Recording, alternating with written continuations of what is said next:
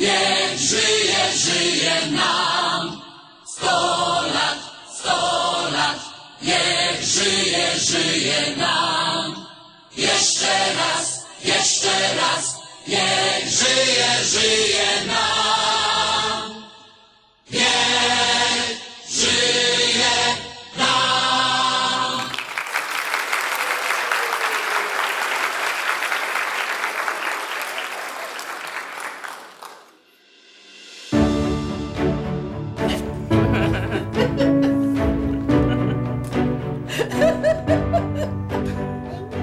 Today, December 20th, would have been Irena Jung's 100th birthday.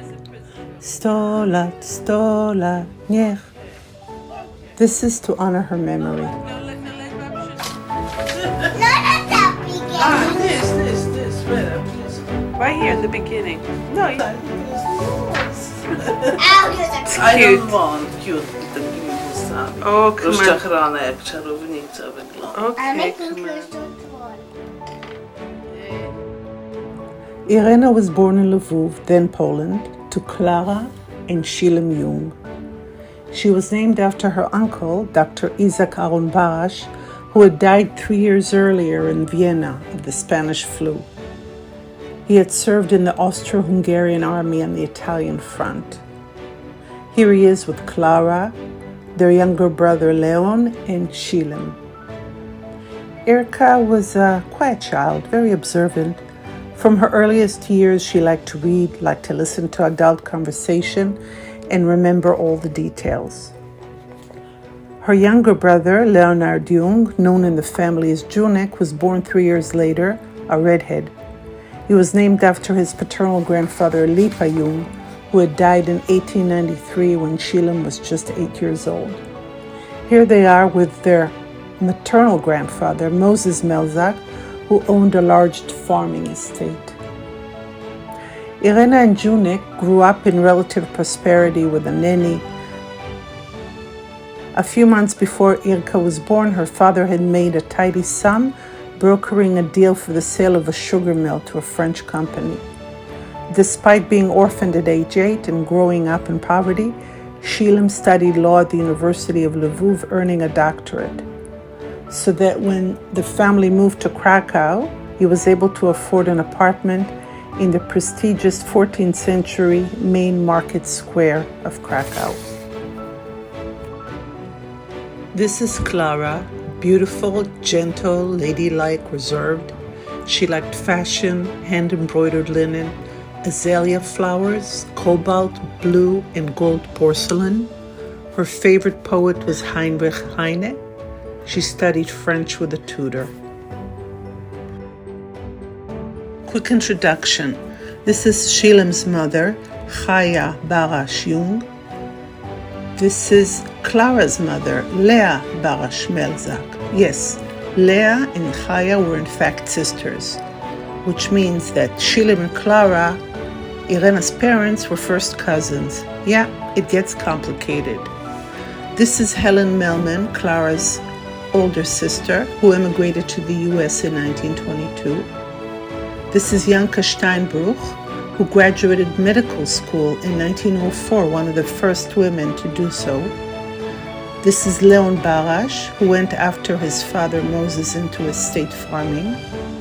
And seated between Shilem and Janka is the youngest of the Barash Melzak siblings, Tsesha Ettinger. Irena's childhood in Krakow was happy. Summers in the resort town of Krynica, skiing trips, private schools. She was known as the prettiest girl in Krakow. I heard this many times from people who knew her. Here she is horseback riding on her grandfather's estate. Please notice the look of sheer joy and happiness on her face. All that is about to change.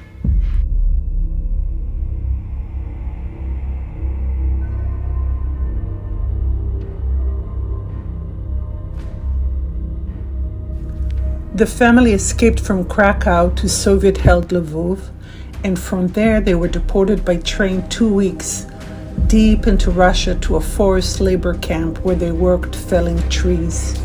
When they were released, they moved to a nearby kolkhoz where they worked in potato fields. This photo was taken at that time. Notice that even here, Irena manages to look like a model.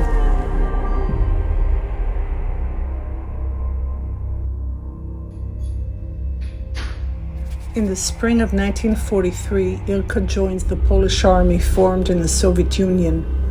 Notice the expression on her face, a bit shy.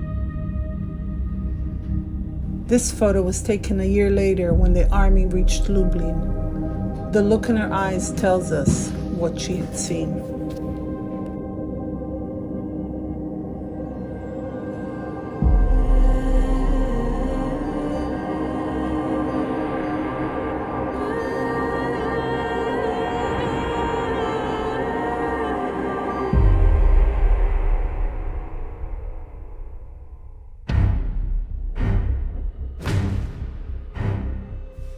She wrote her parents dozens of letters from the front describing what she saw.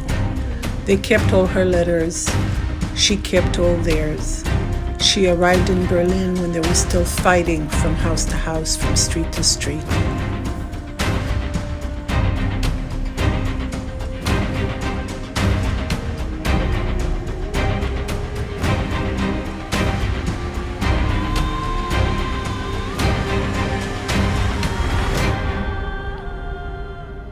From the USSR for her service in the fight during World War II.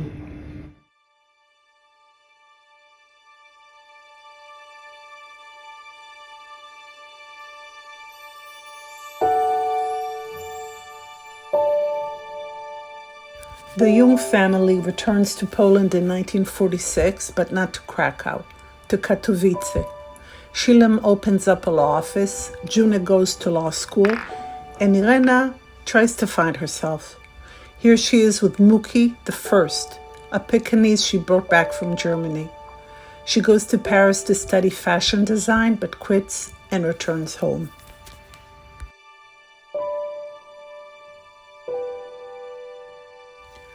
Irena meets and marries Tzvi Hermann Fechter. Shortly afterwards, Shilem dies of a stroke on April 29, 1948. 2 weeks later, the State of Israel is born. 4 months after that, Hadassah is born.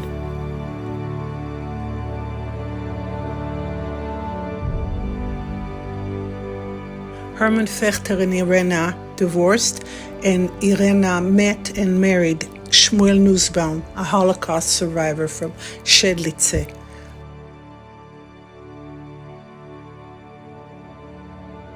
About a year later, I was born.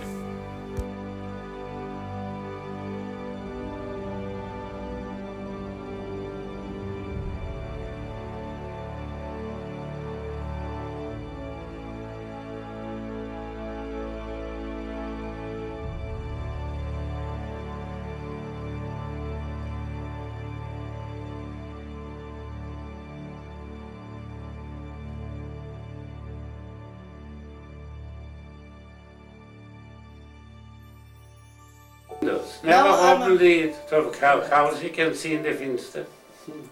Yeah. Now,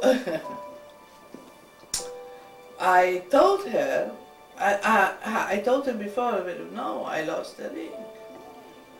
No, this is, pray to Saint Anthony, you find this. Now I must call her, I should call her. Right.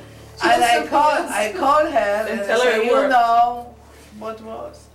I told my daughter that I lost the ring, and she told me, you find this, and I went to bathroom and I found the ring. And my daughter didn't even pray to Saint Anthony.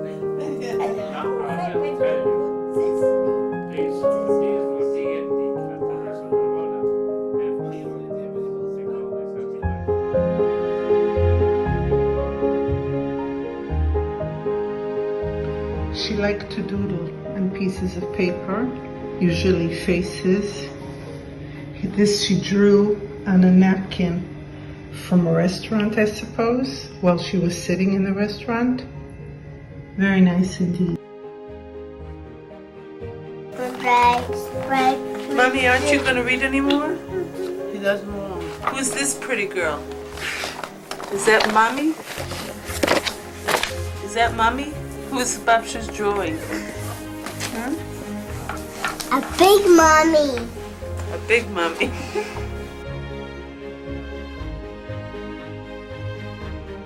Her business cards starting with the dress shop Tel Aviv, Dizengoff Street, then Mademoiselle Flashing Dress Shop in New York, then her antique business in Florida, and then back to Tel Aviv on Ben Yehuda Street, her antique store.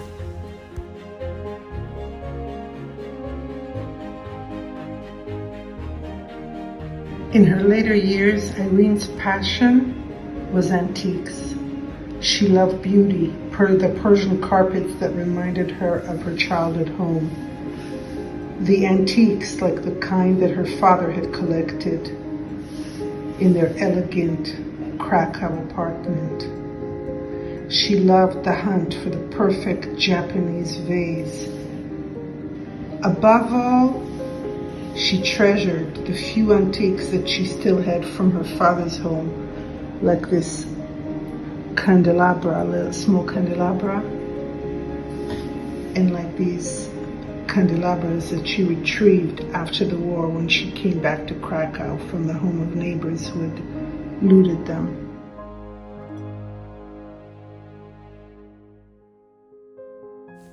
Despite all that she went through in life, Irena never lost the ability to throw her head back with a hearty laugh while simultaneously clapping her hands with delight. But she couldn't tell a joke to save her life. Her eyes longed for beauty in nature, in art, in antiques. She had her own style, the red hair, extravagant clothes, lots of jewelry. If God gave us 10 fingers, why not wear a ring on each one? When a Ma'ariv journalist walked around Tel Aviv looking for elegant elderly ladies for a peace and style in the golden years, whom did she find walking on Dizengoff Street with red shoes, a red bag to match, a colorful suit, and lots of interesting jewelry? Irena, of course. She was warm, generous, well-read, loved history, loved to inform people that she had doctors in her family. She had a thing for what she called the Jung eyes. Her father, her aunt, her own eyes, the slight downward slant in the outer corner. Those of her grandchildren who have Jung eyes know who they are. This is in her memory. May we cherish it forever.